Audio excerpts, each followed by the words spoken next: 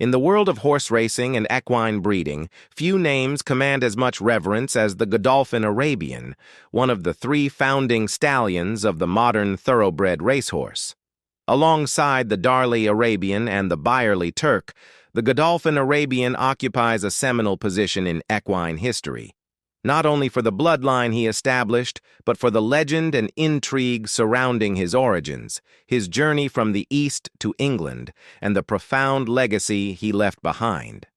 Today we explores the life, heritage, physical characteristics, controversies, breeding impact, and enduring influence of the Godolphin Arabian, situating him in the broader history of thoroughbred development and tracing his contributions through generations of horses that have since dominated racing across continents. The Godolphin Arabian, also referred to historically as the Godolphin Barb, was foaled around 1724, likely in Yemen, a region renowned for its ancient and prized Arabian horse lines.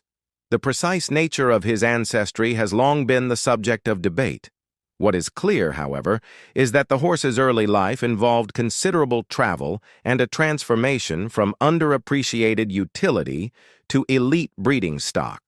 He was reportedly sent, perhaps via Syria, to the stud of the Bay of Tunis, from where he was later presented as a diplomatic gift to King Louis XV of France around 1730. Horses were often exchanged among monarchs and dignitaries as tokens of alliance, friendship, and prestige. Yet paradoxically, despite his noble blood and elegant conformation, the Godolphin Arabian did not receive the respect one might expect at the French court. Some reports suggest he was used as a cart horse, a far cry from the esteemed role he would later fulfill in England. Eventually, the horse was imported from France by Edward Coke, an English horseman and patron of breeding, who placed the horse at his stud at Longford Hall in Derbyshire. Coke saw potential where others did not. Unfortunately, his time with the Godolphin Arabian was short-lived. He died in 1733, just 3 years after acquiring the stallion. In his will, Coke bequeathed his stallions to Roger Williams, the proprietor of St. James's Coffee House in London, who soon sold the horse to Francis Godolphin, 2nd Earl of Godolphin. Thus began the stallion's most productive years, based at Wandlebury House in Cambridgeshire, until his death in 1753. The Godolphin Arabian stood approximately 15 hands high, a modest height by modern racing standards, but typical of Arabian stock.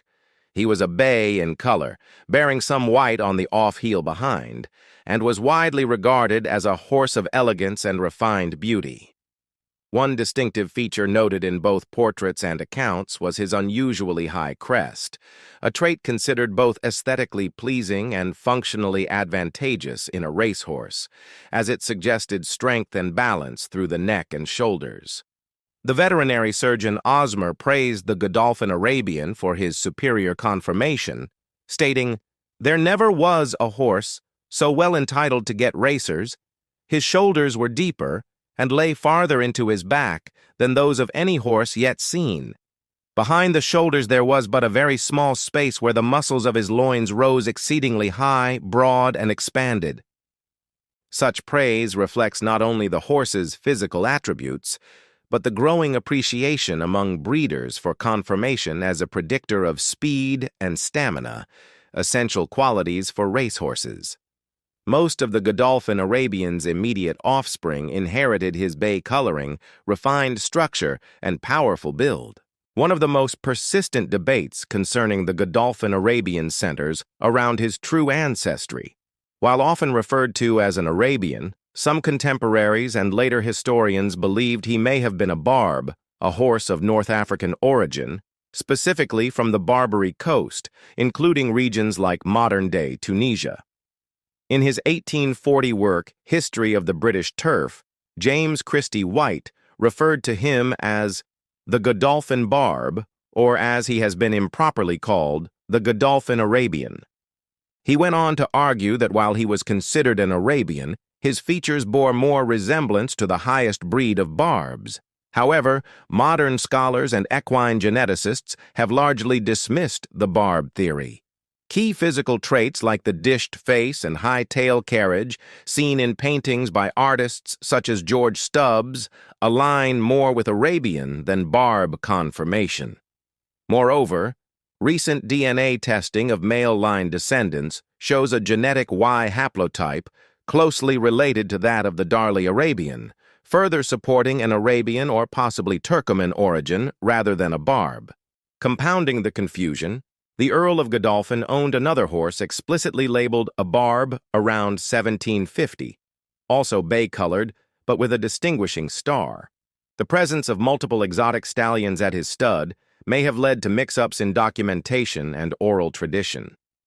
Despite his noble lineage and striking appearance, the Godolphin Arabian did not initially command respect as a stud horse. In fact, he was used as a teaser stallion, a horse employed to test a mare's receptivity before introducing her to a more highly regarded stallion. This fate changed dramatically due to a moment of serendipity and necessity.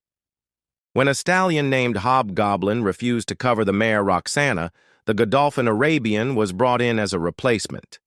The resulting foal was Lath, who would go on to win the Queen's Plate 9 times out of 9 at Newmarket.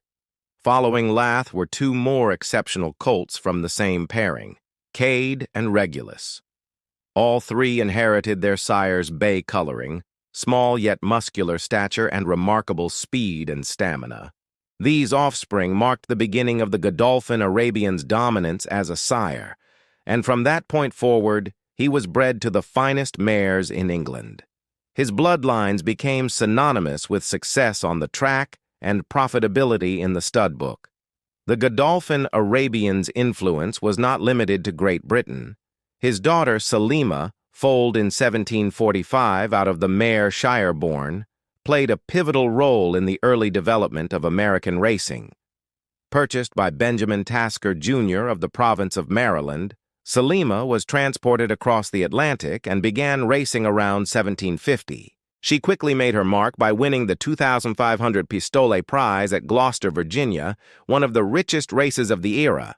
This victory sparked a fierce rivalry between the colonies of Maryland and Virginia, laying the groundwork for what would become a deeply entrenched American racing tradition. Selima later became a highly successful broodmare at Bel Air Stud in Collington, Maryland, cementing the Godolphin Arabian's place in the genetic foundation of American thoroughbreds. The Godolphin Arabian died on Christmas Day, 1753, at the age of approximately 29 years, a venerable age for a horse, particularly one that had such an active and impactful breeding life. He passed away at Wandlebury House, on the Gog-Magog Hills near Cambridge. He was buried with honor within the stable block of the estate, and a stone still marks the site today. The burial was reportedly attended with ale and cake, suggesting a reverent and celebratory send-off befitting a horse of such influence. Although the Darley Arabian dominates the sire lines of modern thoroughbreds, the Godolphin Arabian's impact remains substantial, particularly in maternal lines and secondary branches of pedigrees. His descendants include some of the most celebrated racehorses of all time. Notably, Seabiscuit, Man o' War, and War Admiral all trace their sire lines back to the Godolphin Arabian. In modern times, his line survives through descendants of relaunch, especially C's Tizzy and Tisno, a dual Breeders' Cup Classic winner. In Europe, the line persists through the 2,000 guineas winner Known Fact, his son Warning, and sprinters such as Dictat, Avonbridge, and Dream Ahead.